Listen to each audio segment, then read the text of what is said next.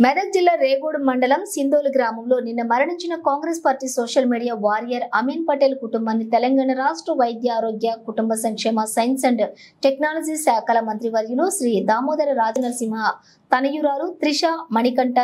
పరామర్శించి కుటుంబానికి అన్ని విధాలుగా ఆదుకుంటామని హామీ ఇచ్చారు. మీకు ఎల్లప్పుడూ కూడా కాంగ్రెస్ పార్టీ మీ కుటుంబానికి తోడుగా ఉంటుందని భరోసా ఇచ్చారు. ఈ కార్యక్రమంలో పిసిసి నెంబర్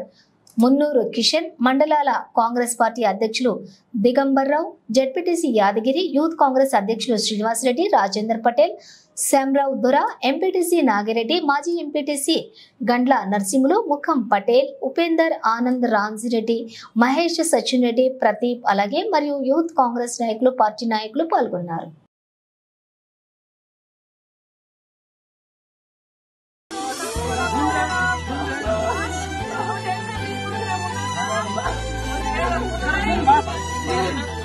ఏదైనా చెప్పాలా ఈ ఫ్యామిలీ గురించి ఏదైనా మీరు నాకు చెప్పాలి